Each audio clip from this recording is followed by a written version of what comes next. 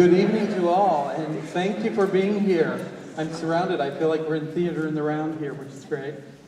It's a pleasure to see you all here for the conclusion of the Symposium on Ancient Greece. We started on October the 3rd. It was a bright, warm day. Everyone was coming in from the sun, playing frisbee and whatever, and it looks like winter is closing in upon us.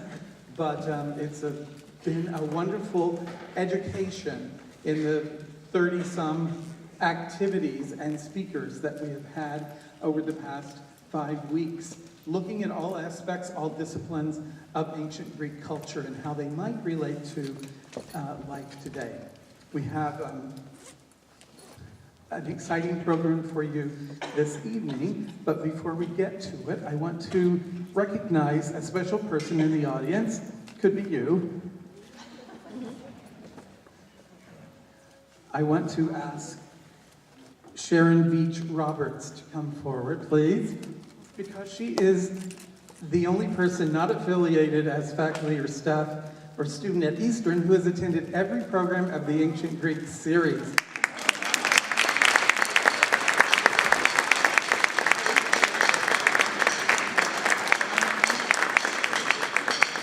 She is one of the new experts on ancient Greece in our Charleston community, and we want to applaud her diligence. She's usually the first one there in the room before the professor gets there or anyone else. So even though this is not part of the Academy of Lifelong Learning, I think you're a perfect example of making use of the resources of the institution. So without further ado, I would ask Dr. Wabi to introduce the professors and the persons who are going to do the great thing this evening. I'm looking forward to it. Thank you.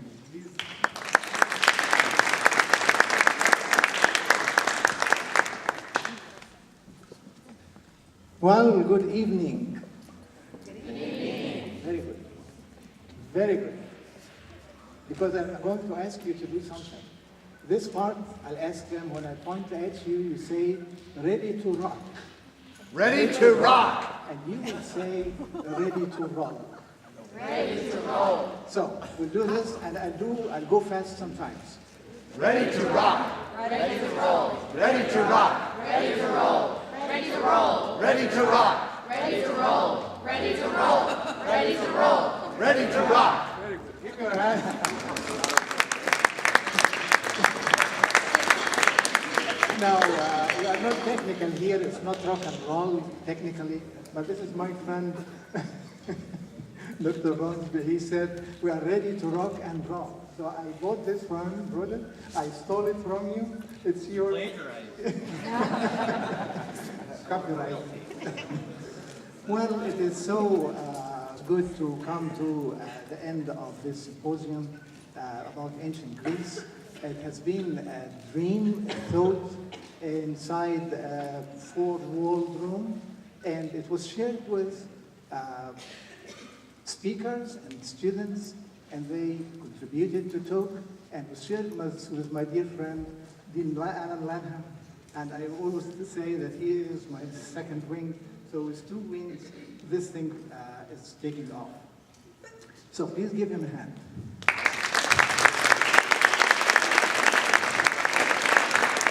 Now, when I say that Dean Lanham symbolizes Booth Library with all its personnel.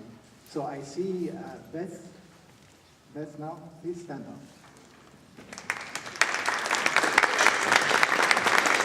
If you like this and feel that it's professionally done, she is behind it.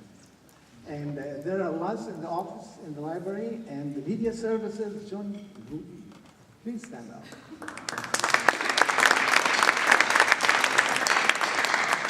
And do you know that we are videotaped?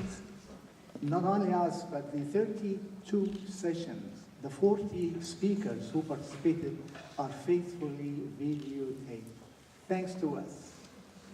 Please give him a hand.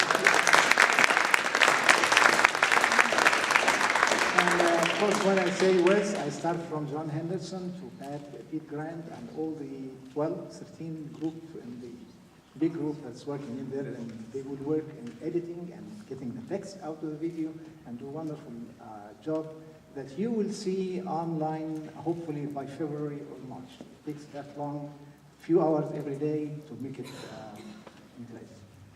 Well, let me ask my chair to say something about the School of Technology. What I'd like to talk a little bit about is Wafiq. No. You gave me the mic. And I just want to talk to the audience just a little bit about what it takes to put a symposium together. And this is the second one that he's pulled together. This one started with a conversation with the Greek consulate in Chicago, and he just walked in and said, by the way, I'd like to do this. Would you come down and be our honored speaker? And she agreed. And that's how Wafiq gets things done. No arm twisting. Well, that was going to be and a little arm twisting. So it's the second symposium. He's done a wonderful job putting the speakers together. I want to thank Dean Lanham for all his support. I mean, it's just couldn't be done without the library. So between Wafiq and the library, it's phenomenal. Thank you. Thank you very much. You see how comfortable chair she is. I mean, it's a very comfortable chair, although she doesn't say what we agree to all the time. Well, anything doesn't go without music. How about that? Who does not like music? Someone said that music is a blessing, a divine blessing from the heavens to the earth. So thank you very much for bringing music this afternoon. Dr. Corey Francis is graciously getting all these guys and girls to give us some music. Well, just in 5 minutes you'll start. Just in 5 minutes. Keep. Now, I came to know my dear friend. By the way, did I forget to thank anybody? Where is Bev Cruz? I don't see Bev Cruz. She is hiding behind the camera. You can't see her. She's always behind the camera. And she faithfully documented the 40 speakers and the 52 sessions. Please remind me if I forgot somebody. Did I? Yes, that will come very soon because you did it 2 years ago. Now, this is my friend here, Mr. Ransby, who give us the rock and the roll. Promise? I came to know him through Jim. What happened is the idea was Egypt symposium was new. I didn't tell my chair or assistant chair or Jim or anybody. I went to the speaker himself. She was one of them. She remembered. Usually I go and ask her for a basketball, and she gives me permission to use it with my students. So as soon as I went and said, it's okay, Dr. Wabi will give you the one. I said, no, it's another thing. I told her about the symposium, and the look in her eyes and the spark. I said, wow. I was encouraged, and she said, we are behind it. And she has a good deal. So let me start with the dean. What would you tell us about your work, your area, your people tonight? Please come on.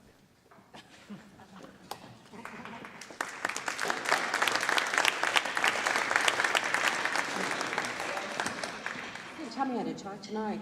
Well, I'm not going to talk about them. I'm going to talk about the program. We're excited to be here. Kinesiology and Sports Studies is one of the departments in the College of Education and Professional Studies. We're proud to participate in this, and if it's anything like last year, it will be excellent. And we're looking forward to not only our musical portion of the program, but the other portion of the program as well. So I'm glad to see you all out here, and I think you're going to have a great time. If you weren't here last year, you're in for a real treat tonight. So thanks.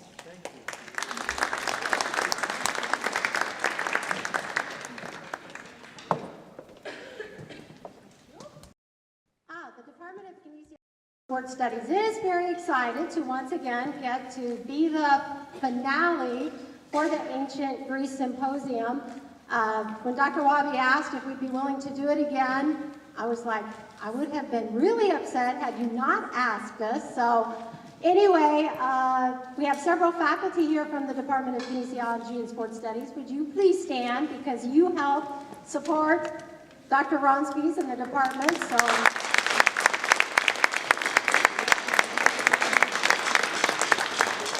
And Dr. Ronspies, we're really excited. He did a wonderful job for us the last time, so of course we asked him to do it again. He graciously agreed.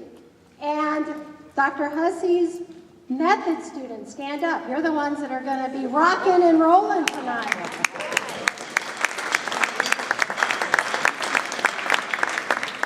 So anyway, we're really excited everybody's here. We're so happy to be a part of it again, and we thank you, Dr. Wabi.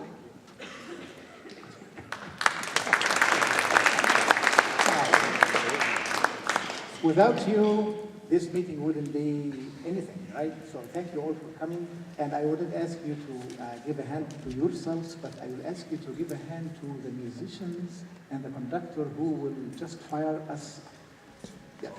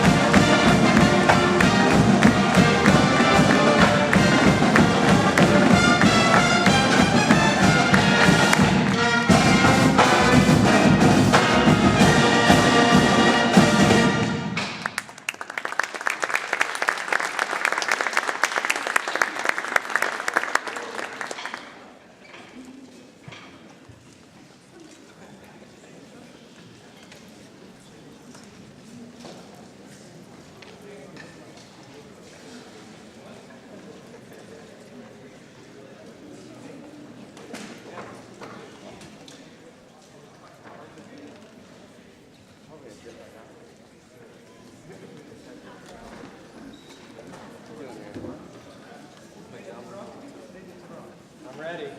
Ready to rock? Ready to rock? Ready to roll?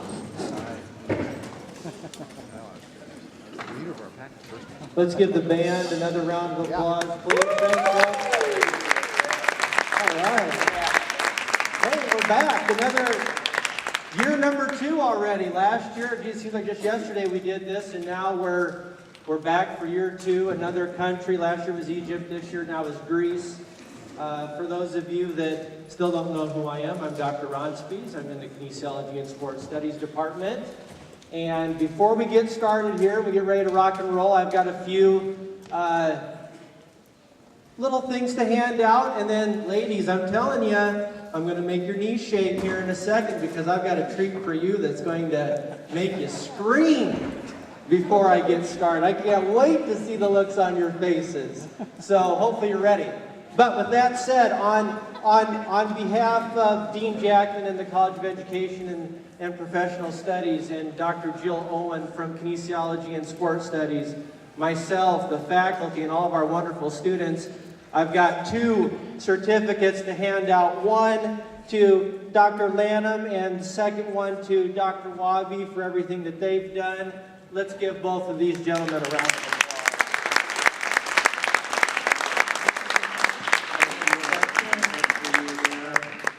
Thank you, gentlemen, for everything. Appreciate it.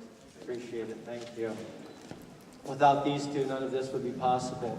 Thanks again, Wes, Pete Grant, John Luby, everybody that helped get this going. Thank you for everything. So, with that said, we're going to tonight talk about ancient Greek sports and dance. And I promise you, if you were forced to be here because you're needing extra credit or you didn't have anything to do, I guarantee you I'll make this the best 30 minutes of your life. I promise you. But before we get started, like any sport event, we've got to do the national anthem. And ladies, here it is, the moment you've been waiting for. Your knees are going to shake. You're going to be screaming like it's Elvis. Okay? Gentlemen, come on out. I've got 3 gentlemen here. I've got Quinn Hussey. I've got his brother, Sean. I've got their friend, Ethan. And they are going to sing for us the national anthem before we get started. So if everybody wants to stand up, if you wish, we'll go ahead and do that now.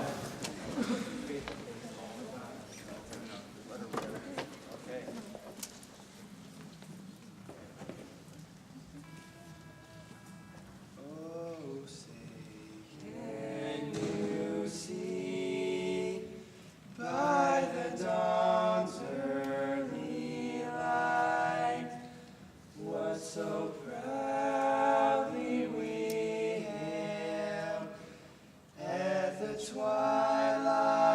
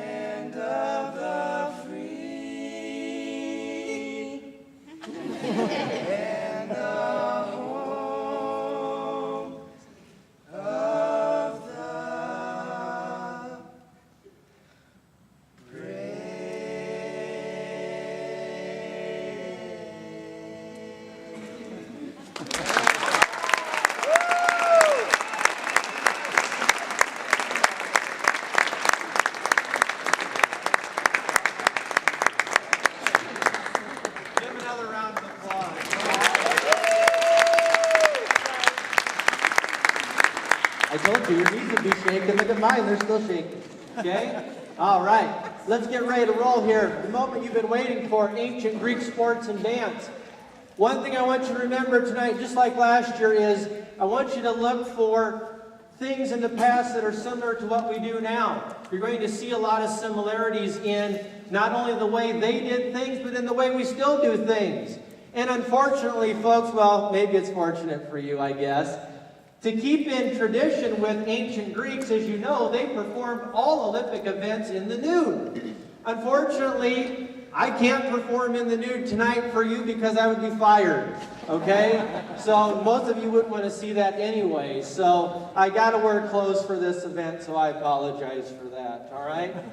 All right, let's take a look. Let's look at the timeline that we're facing here because, one, the first recorded Olympics we think was in 776 BC. Now, this was the first recorded Olympics. They think that they happened much earlier.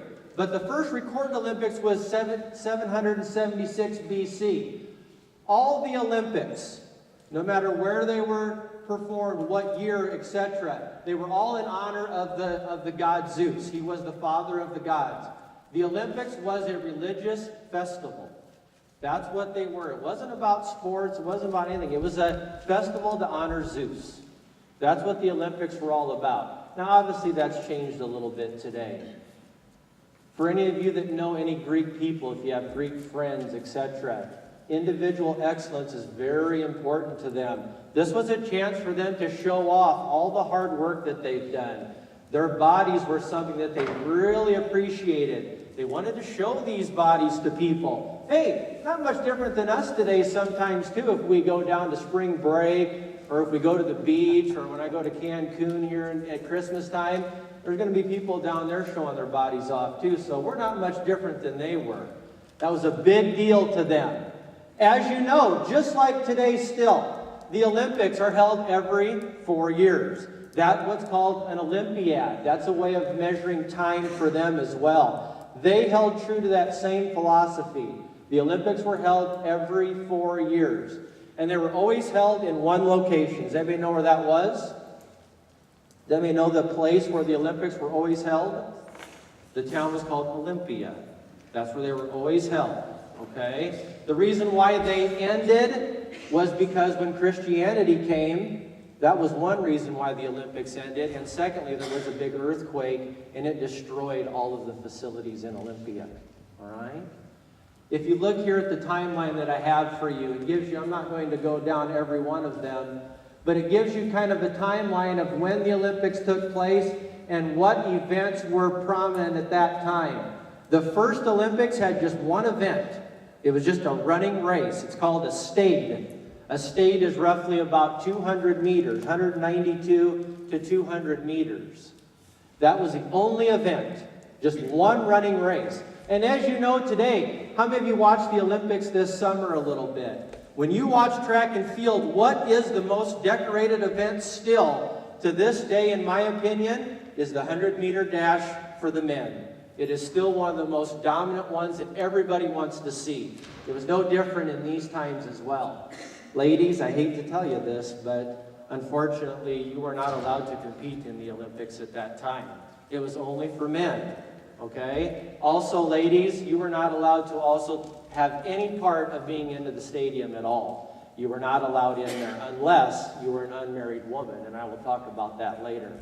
But as you see here, here's just a list of some of the common events, and as you see, some of those are very similar to what we recognize today. They had boxing, they had wrestling, they had chariot races, which obviously we don't have anymore, but we do have horse events still in the Olympics where people ride horses, jump over different apparatuses, and so forth. So there's just a list of the events that were very common in the Olympics at this time. Here's a picture of Olympia. This is the site where the Olympics took place. And as you see, especially for us in physical education, you're going to recognize some names. Here's the names of some of the buildings, some of the altars, and so forth. As you see, remember, a stade was 200 meters. When you think of the word stade or stadion, what common word do we use nowadays to give the name of the venue where the event takes place? It's a stadium. This is where it comes from. This is where that word comes from. And as you'll see here, you can look at either screen. The stadium was over here on the right.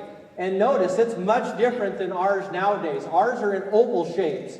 These were in straight squares. And you'll see here in a second when the students come out, when they demonstrate events, they did not run around in circles. They ran in straight lines. You'll see the gymnasium over here on the left side of the screen, over here as well. It's just a rectangular building. It's not oval. There's no circles, tracks to it, nothing like nowadays. If you look here, you'll see a building called the Palestra. A Palestra is a wrestling school. For those of you in physical education or us in faculty, you'll know we still have a journal that we can submit our articles to that's called Palestra. And it's a journal for adapted physical education. But in this time, Palestra meant wrestling school. As you see in the center of everything at Olympia is what? The Temple of Zeus. Because this is who the Olympics were for, in honor of him. All right? So go ahead and take a quick look at Olympia itself and take a look at the different venues that it has. Here's another picture for you as well, so you can maybe see it more clearly. Bathhouses. As you know, the Greeks, they love to take baths in public. Okay, a little different than we do nowadays. But once again, there was no concern about being embarrassed about the body. This was a chance for them to show their bodies off. And you'll see when we get into the events how important this was. Here's just a map of ancient Greece. And as you'll see, you can see Olympia way down here in the corner. Okay? Right here's where it's at. So you can see some of the athletes had to travel long ways to get here. This was a very important event for them. So they were willing to travel long miles, much like our athletes do today. They may have to travel 1, 2, 3 hours to events if they make playoffs. They may have to travel long ways. No different for these athletes as well. They had to think about these things in terms of their preparation and training and so forth. The Olympics was so popular, folks, at this time that it spurred a phenomenon. And it's no different than, how many of you watch like extreme sports? Okay? You'll see things like the Mountain Dew circuit for skateboarding and so forth. Well, they had a crown circuit as well, much like we do today in various sports. There were 4 big events: the Pythian Games, the Isthmian Games, the Nemean Games, and the Olympic Games. The Olympic Games still being the most prevalent, the most dominant event. You always wanted to be at that event. But this spurred a transition into having 4 big major events where athletes could showcase their talents. This was important to them. And as you'll see here on the next slide, you're going to see some of these athletes who really took advantage of these opportunities. Much like what we would call today in modern sport, a dynasty. Maybe like the New England Patriots, the Los Angeles Lakers, the Chicago Bulls. That's what these folks were in that time. They were a dynasty. That was really important to them. As you see, much like today, winners were held in high regard at this time as well. If you won an event, not only were you given an olive wreath as a trophy, but you were glamorized in that society and in that part of the country. Much like our athletes are today as well. We all know who Kobe Bryant is. We all know who LeBron James is. Even if you don't follow the sport, the names are so common and prevalent when you watch TV. It was no different for these folks as well. They had extravagant feasts when they won, spent thousands of dollars on feeding and drinking and so forth. The best food you could get, folks, this wasn't Taco Bell at midnight or Chubby Sticks. Okay? This was good, high-quality food and lots of wine. Okay? So for those of you that love to drink wine, this would have been your event. Okay? They had the best food. If you look here at the last bullet, I mean, look at the cost. 10,000 drachmas. That was in that time, 30 years of working. Look how much money they spent on these people for just winning events. I mean, geez, you look at it and you think, boy, that's kind of crazy, isn't it, to put that much attention on sports? Yeah, are we much different today, though? We hold these people in high regard, too, and they make millions of dollars doing their trade. So not much has changed in that respect. If you look on the right side here, you'll see some notable names. You notice the guy on, now folks, this guy at the top, he was a stud, okay? This would be like the Sean Hussey of Charleston High School, right, Kevin? Okay? This guy was the first winner of the state at the first Olympics, okay? He was the first winner. So obviously, he was held in high regard. Theogens, the second gentleman, he won over 1,300 times in the Olympics. He was regarded as probably the best athlete ever of the time. Now this second guy, Milo, you'll see it sometimes spelled M-I-L-O-N as well. This guy was a wrestler, and this guy had brutal strength. He one time, as legend has it, he picked up a heifer, which is a female cow. He carried it around Olympia, running around. He set the heifer on the ground. He punched it and killed it, and he ate the whole thing in one day. Then he saw a tree, and it was split in half, so he stuck his hand in it to try to tear it open and break it apart, but his hand got caught in the tree, and a pack of wolves ate him and killed him. Okay? This guy was majorly strong. He could hold a piece of fruit in his hand, and without squeezing it and crushing it, he would try to have people try to tear it out of his hand. And he was so strong, he could hold it in his hand without tearing up the fruit. Nobody could get it out of his hand. Now, folks, these are obviously just tales and legend, but that's pretty impressive, don't you think?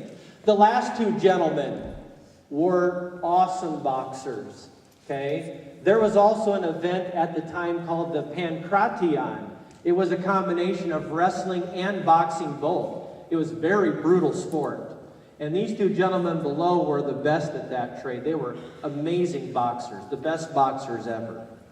So these are some names that you may come across if you're looking at any kind of ancient Greek sport, so forth. These are some of the most common winners and names that you're going to come across. All right, to the athlete. Okay, much like today, the athlete held in high regard. And they even had a definition for an athlete. It was one who competed for a prize.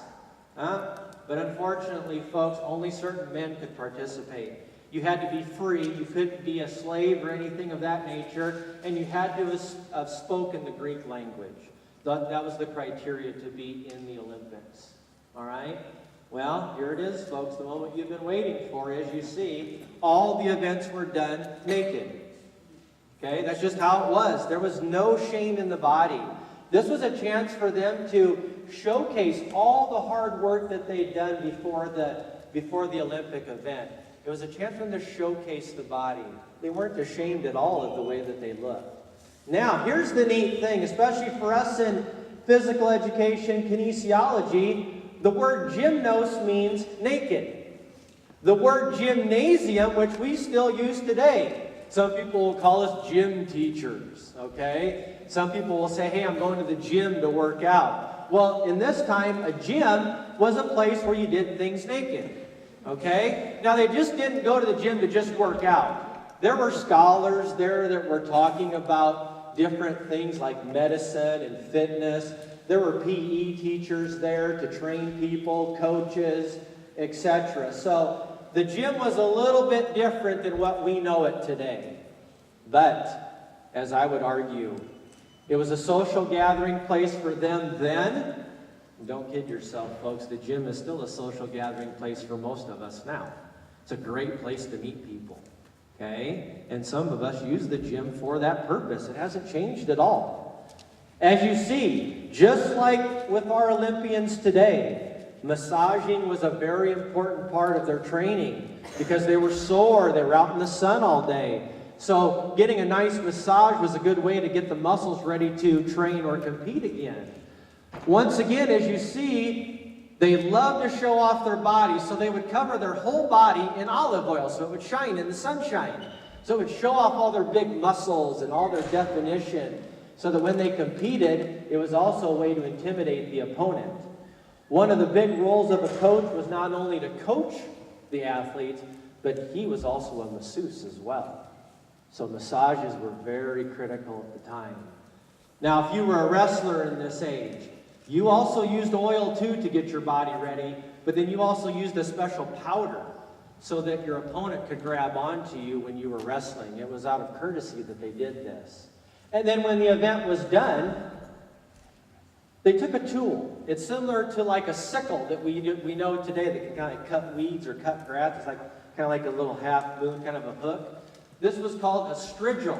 And the strigil was used to remove the excess oil and the powder and all the dust and grime off of the body, because it was so sacred that they wanted it to remain beautiful when they were done training. All right? What do you think's another reason why they put olive oil all over their skin when they were training? Because the sun was so bright and so hot, it protected their skin. Remember, folks are doing all of this naked. Okay? They're training naked, they're competing in the Olympics naked. They have to protect the body, and the oil did that as well. So it served multiple purposes. Pretty interesting. All right, it's about the competition time. We're about ready to come out and show you some events. This is where now, for how many of you are here in athletic training majors? Okay, sports medicine, etc. All right, this is where this profession now became known to us today. Athletic training and medicine were held in high regard. They had doctors as well for injuries. They had intellects that knew things about nutrition and drugs and proper ways to train. They also had athletic trainers, coaches, and PE teachers. Folks, that's the same language we call these professions today. We have PE teachers, coaches, trainers, intellects, all right? This is where these things started to come to life, and we still use these today. Every sport team that you see in the professional ranks, they have their own sports medicine team. They have doctors, they have trainers, they have coaches, etc. This is where it got its start. They were no different than us, folks, when it comes to diet and exercise. All right? They held this in high regard. These two components were critical if you wanted to be successful at the Olympics every 4 years. They loved dancing, and they found dancing as a critical component of training. Unfortunately, now, we always think in our society that dancing is for girls, that's for females, okay? No, not the case at this time. Dancing was really, really held in high regard. And you'll see in our dance slides how important this is. It is a huge component of their lives. They found that using balls to train was another effective way. This, folks, was the first start of medicine ball training and plyometrics that we use today in sports. And that, for some of you, may ring a bell when we talk about that language. They had fad diets too, just like we do. We got the Atkins diet. Remember, we got the no-carb diet. John, we would die without carbs, wouldn't we? We got to have carbs. Okay? They had the same fad diets. Folks, this is where the Mediterranean diet started. How many of you know anything about the Mediterranean diet nowadays? It's voted as one of the most healthy ways to eat. Okay? In this time, they ate a lot of bread, a lot of fruit, a lot of vegetables, dry figs, etc. But they found that some of these wicked foods you didn't want to eat right before you would train. For example, you wouldn't want to eat a lot of bread right before the Olympic event. You wouldn't want to eat a lot of bread if you were really training hard because it would bloat you. But what they discovered is diets that were rich in red meat. Because what does meat have that's good for training and building muscles, folks? Protein. And this is the start of their understanding of the value of protein in the diet. And now today we know, I mean, look at the supplement business. $16 billion a year. That's all protein supplementation. So this is where it got its start. Meat was very valuable to them. And they're like, if they're like Milo, they could eat a whole cow in one day. Can you imagine that? Now you're probably guessing, these folks have to be on some drugs like our athletes today.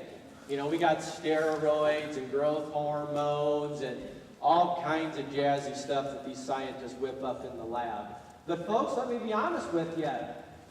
These athletes didn't use drugs like that in these days. In fact, they had other dangers to worry about. For example, there was a lot of people that would get killed by javelin and discuses when they were at the event. People would throw the javelin out, somebody wouldn't be watching, it would stab them and kill them at the events. It wasn't uncommon to see people die at the Olympics from being struck by a javelin or a discus. In this time, you saw a lot of food poisoning as well, specifically with water. When they were drinking water and so forth, they would get food poisoning. How many of you have had food poisoning in here? It's not fun at all, okay? They experienced these same things as well. The sunshine was also a very hazardous situation for them because, once again, they're training in the nude, they're getting sunburnt, it's torturing their skin. What do they do to eliminate that issue so that they can keep training? And last but not least, like any human, they had to develop and deal with injuries too. So they're experiencing the same things our athletes do today as well.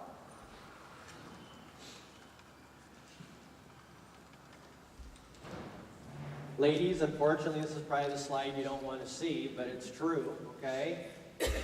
There were no events for the women in the Olympics, okay? When the Olympics were held at Olympia, no women could participate in any of the events.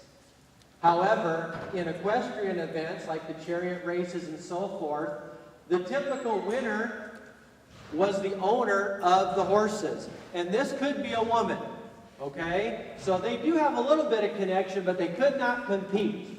However, in another section similar to the Olympics, it's called the Hera Games.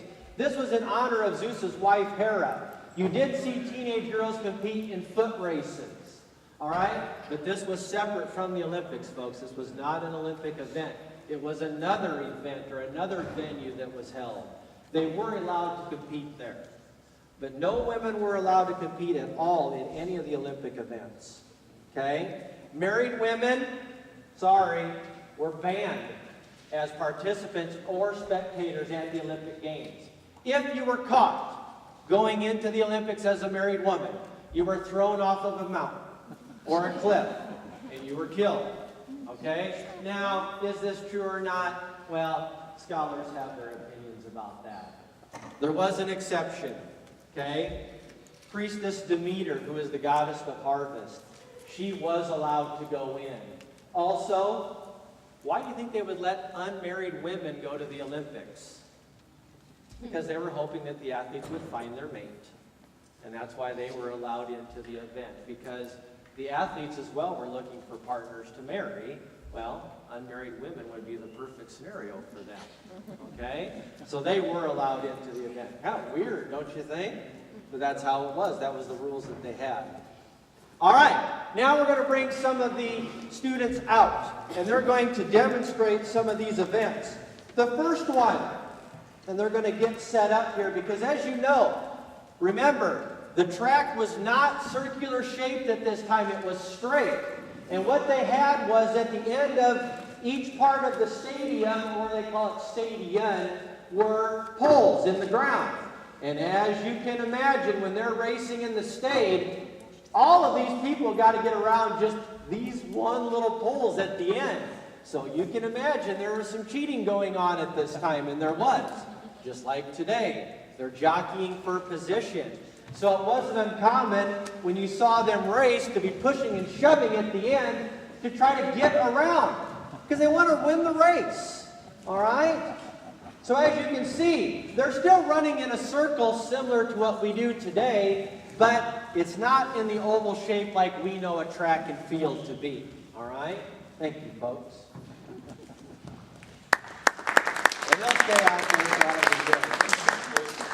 As we talked before, when you hear the word stade or a stadion, it's roughly 192 meters or about 200 meters. You see it differently called in the literature.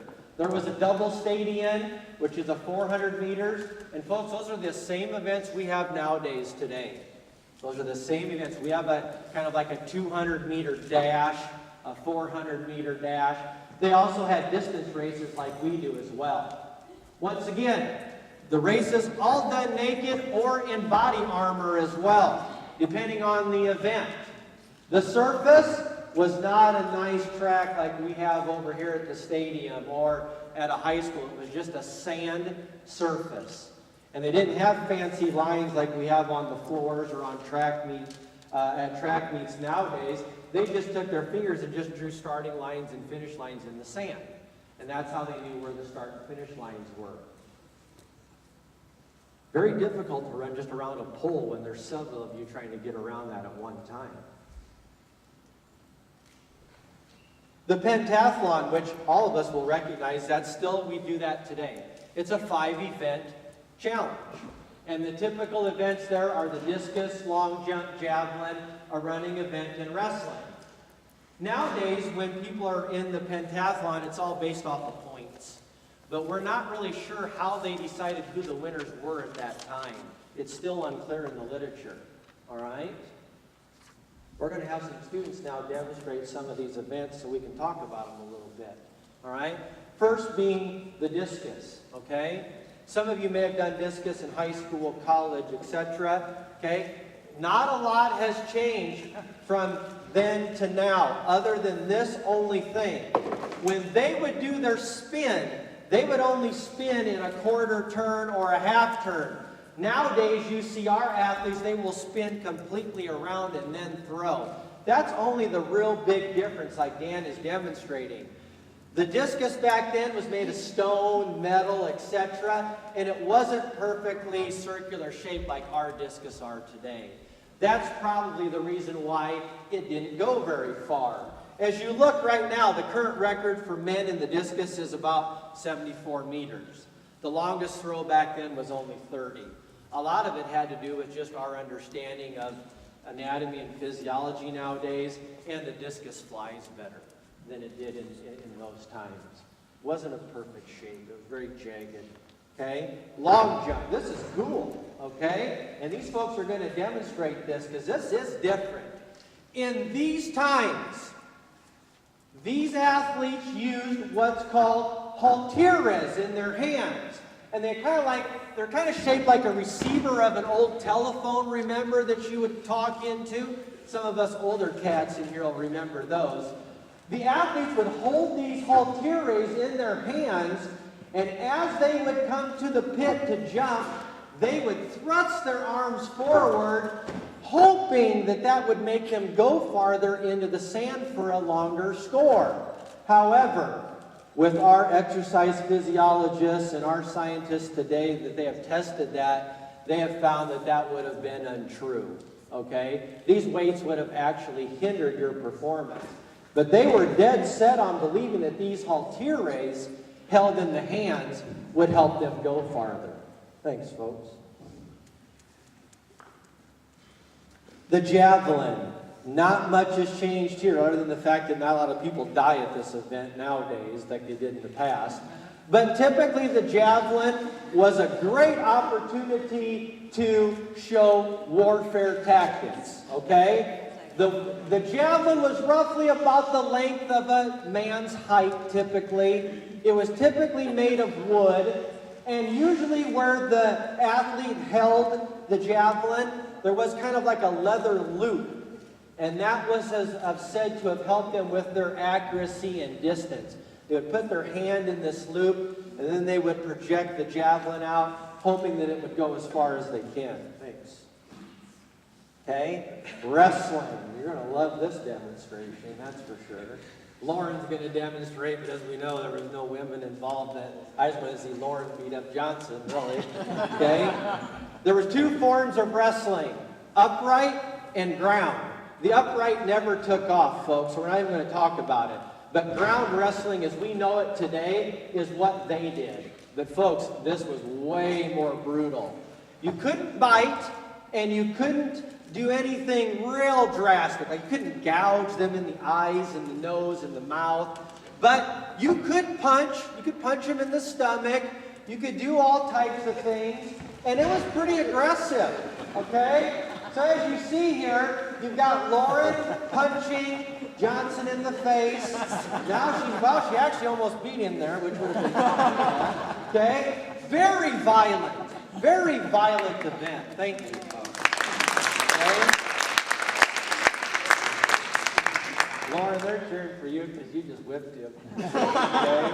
Now, here's a neat one. It's called the Pankration. This is an event. We don't have this. The closest thing we have nowadays would be mixed martial arts, MMA fighting. Okay? This was boxing and wrestling both. But folks, I'll be honest with you, the boxing didn't last very long in this. It went immediately to the ground. This one was 10 times more brutal than boxing or wrestling by themselves. You couldn't gouge. You couldn't do anything to the mouth or the nose, etc. But everything else was legal. And as you see here, they're obviously beat up. They're hardly. And folks, it wasn't uncommon that the winner would be determined by death.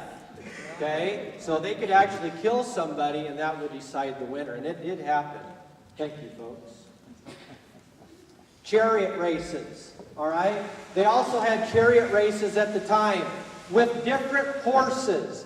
For example, they would use what's called a colt, or they would use a mare, which is a female horse. They would use a stallion, and depending on the event, that was the type of horse that they used.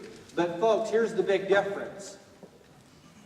The person that owned the horses was declared the winner, not the jockey. The jockey got nothing out of the deal. Okay? It was the owners, the wealthy people of the horses that received all the attention. Kind of interesting. They too had very similar concepts when it came to the Olympic flame and the Olympic torch. Of course, they didn't have the super attractive hot guy on the right at the time. Okay? But they too lit the torch in the city before the event. And they carried the torch and lit it to symbolize the start. Okay, so much, almost identical to the same way we do it today. All right? Just minus the super hot guys or Muhammad Ali carrying it. Okay? We're just about done, folks. Any questions about ancient Greek sports?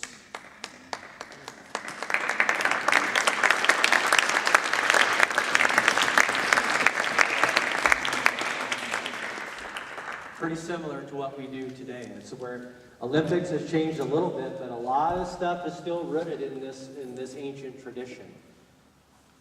You said the winner will be decided by death.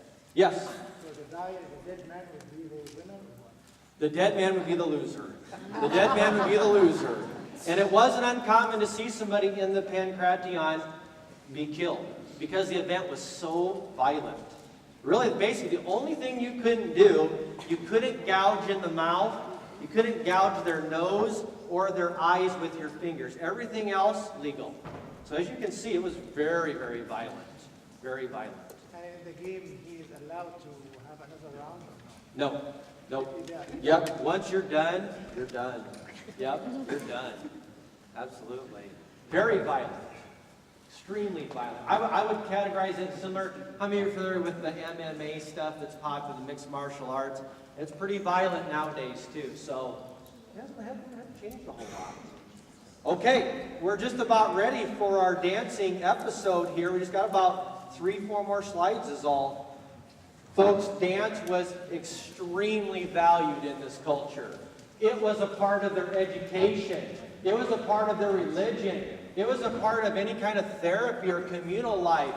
Dance was held in high regard in this culture. Dancers, typically amateurs. There were men and women dancers, but you never, ever, ever, hardly ever saw men and women dance together. They always danced separate, all right? Most of their dances were done in circular formations, line formations, and like I said, typically the dancing was typically a symbolism of warfare, could be done at funerals, much weddings, so forth. So their reasons for dancing were pretty similar to ours as well, okay? They danced whenever they could. Okay, they danced whenever they could. They were at a wedding, they were harvesting. Of course, now with the drought this year, I'm told our farmers didn't dance too much. They were probably just tickled to be done. Okay? They danced at funerals. War was a huge time to dance. And they danced at social gatherings, just like we do. We have a wedding and everybody gets out there half toasted doing the chicken dance, nobody knows what to do. Okay? Very similar. Lots of wine drinking at these events for these folks too. Hey, they like to have fun too and move around, just like we do. Okay? Like we said, dancing was a critical part of their education as well. These two types of dances, I won't belabor them, but the Apollonian dance, and it's called the Dionysian dance. These two different dances were the start of Greek theater and tragedy. This is where this came about. So any of you that study Greek theater and Greek tragedy, these are the two dances that prompted that phenomenon to take place in their theater. As you see the Apollonian dance, lots of guitars, okay, it's done at religious festivals. It's not too wild and crazy. Well, you get down to that Dionysian though, lots of frantic movements, it's undisciplined. It's almost kind of crazy looking, all right? Like I said, this was the start of Greek theater and tragedy in those times. So these two types of dances were very important to them. War dances, again, there were as many as 18 different war dances. And they, honestly, folks, all they did was they mimicked war movements. They would jump over logs, jump over dead bodies. They would throw their spears in the air like the javelin event that Jesus just demonstrated. They would show attacking an enemy. This was a chance for them to showcase their strength and superiority. And here's some different types of dances. The names aren't necessarily important to remember, but if you just look at the dances, they mimic exactly what they would do in a war. Okay, jumping over things, leaping over things, getting in a formation with shields for fighting. Okay, shifting movements that relate to combat. So as you can see, dance was an integral part of every part of their culture, education, religion, etc. Much like the Egyptians that we saw last year. Any questions about dance? Ancient Greek dance?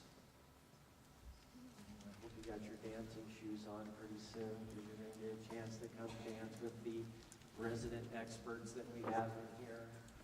Okay? I like when there's no questions. That must mean I'm doing really good or you're just deathly bored. Okay? I told you I'd try my best. The dance we're going to show tonight is the Misirlou. The Misirlou is a very popular Greek dance. Folks, I told you, it's not just all about 776 BC. We still see the Misirlou today. Look at that stuff. I'll bet you a lot of you recognize those things. Dick Dale, the surfer guitarist, he uses a version of it in Pulp Fiction.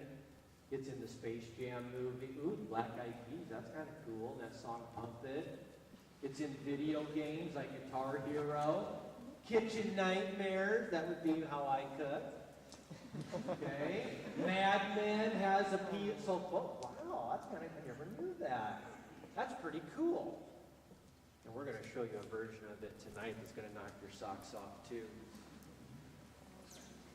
Okay.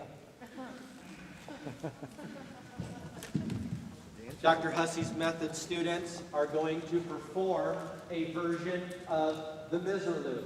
Okay? It's about a 3-minute dance, and then you're going to have the opportunity to come out from the audience and dance as well. We're going to teach you a line version of the dance with our resident expert, Gina McFarland, here, because I have 2 left feet.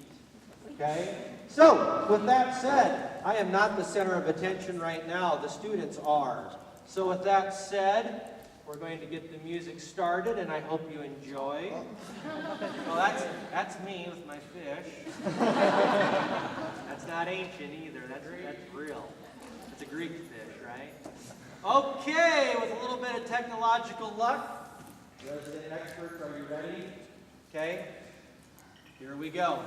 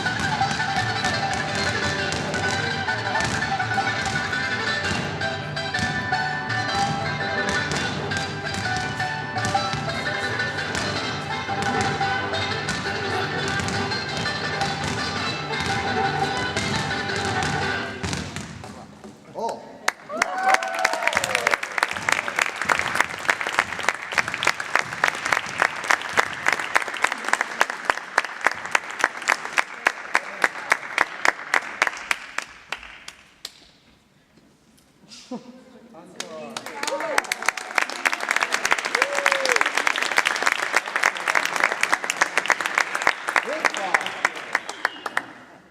right, now, we'd like to offer an invitation to everybody to come out and do the Miserlou dance with us. It's not going to be that version of it. It's going to be in a line formation. The movements are very simple steps. Is there anybody that would like to come out and dance with us? Please come out now. Don't be afraid. Lean Jack, and don't be afraid. Don't be nervous. Come on out and dance with us. Try it. Be brave. Okay, so. Two ladies and three back there. Okay, so basically, anybody else want to come out? Gina's going to teach us just a basic steps. It's not hard to memorize. Gina, I'll let you take over.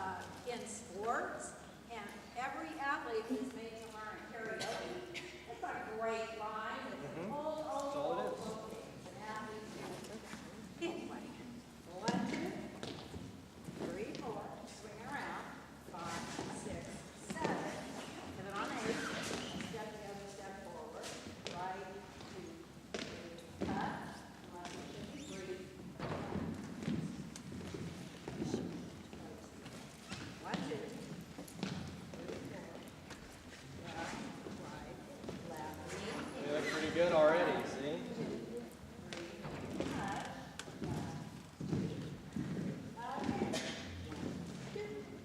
Look at them go now.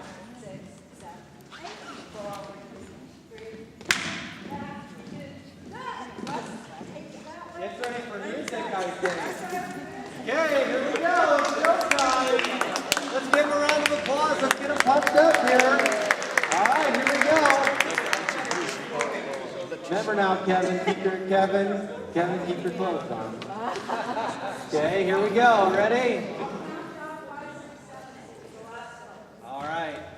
Here's our expert in residence. It's my favorite folk dance ever. I love this one. All right, here we go.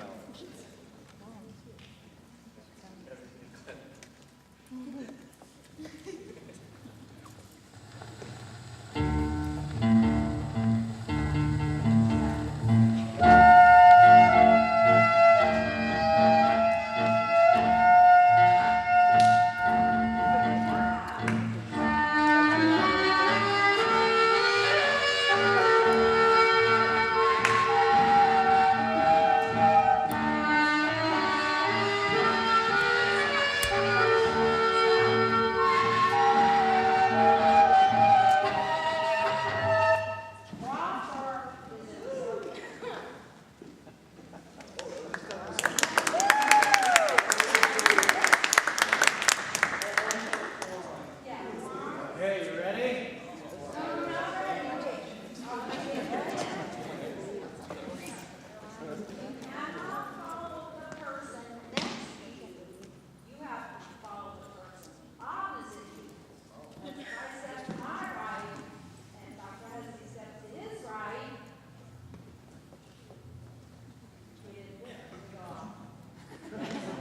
You ready? Okay, here it goes. Good luck. You ready?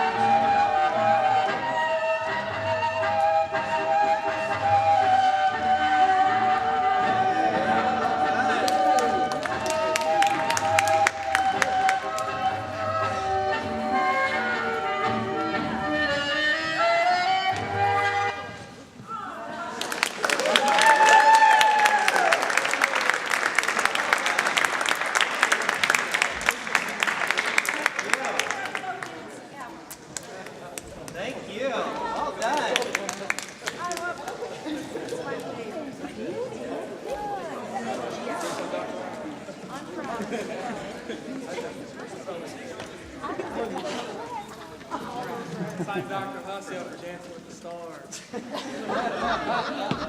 Maybe hire you. I've got one final closing comment here, and it's just a little 1-minute video before we end. And some of you may recognize the movie that it comes from. I thought it would be fitting to show.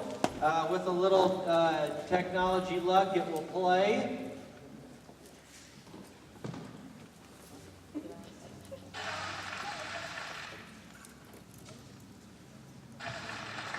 Welcome to the Portocalos family, and welcome the Miller family. I was thinking last night, the night before my daughter going to marry Ian Miller, that you know the root of the word Miller is a Greek word, and Miller comes from the Greek word Milo, which is mean apple. So there you go. As many of you know, our name Portocalos is come from the Greek word portokali, which means orange.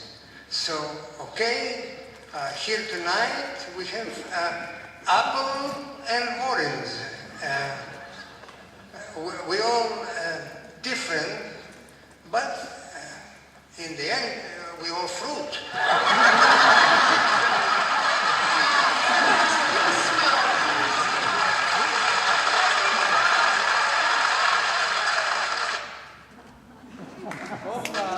Yeah.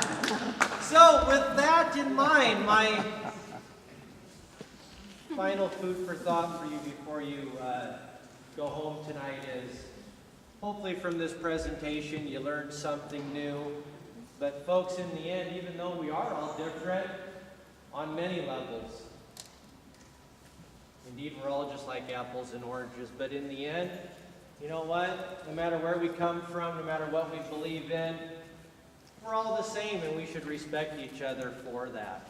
And I think that's an important piece I want you to take away from this grand finale presentation to close the Greek Symposium. So with that said, thank you, folks.